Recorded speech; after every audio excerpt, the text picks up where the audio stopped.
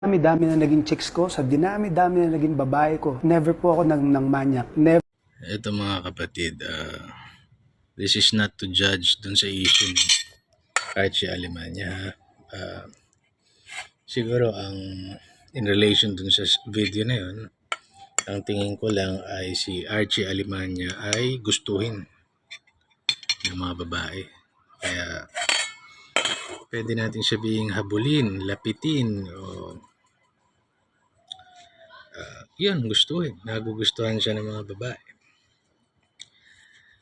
Hanggang dun lang yung context ng video ko tungkol sa kanya. The rest, kwento-kwento ko na. Walang kaugnayan na sa kanya. Okay, ang mga ang mga lalaking gustuhin o yung nasanay sila na maraming babaeng nagkakagusto sa kanila, maraming pumapatol sa kanila.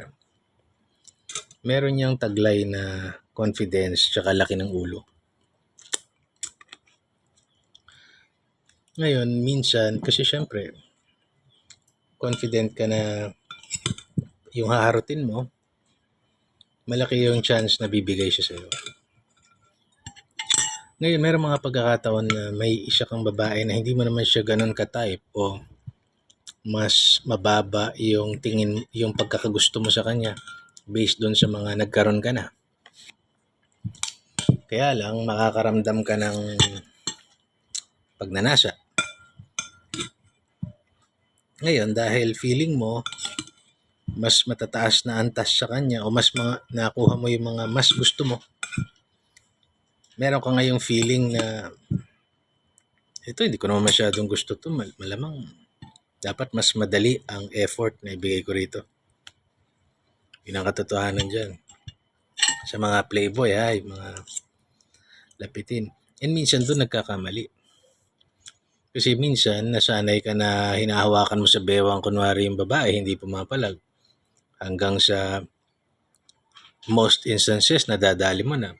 In some instances, wala ka namang intention na dalihin or nasanay ka na lang nang humahawak ka sa bewang. Itong isang babaeng ito, biglang pumalag, na-violate siya nung hinawakan mo siya sa bewang. Tapos ikaw, masasaktan ka. Pang kapal naman ng mukha nito 2,000 nga yung chicks ko Sila pa yung nagtatanggal ng nila. Yeah. That type of mindset, doon nagkakamali ang mga lalaki.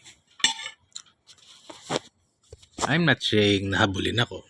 What I'm saying is, naging pagkakamali ko rin yun. Sumiwas na lang sa ganun.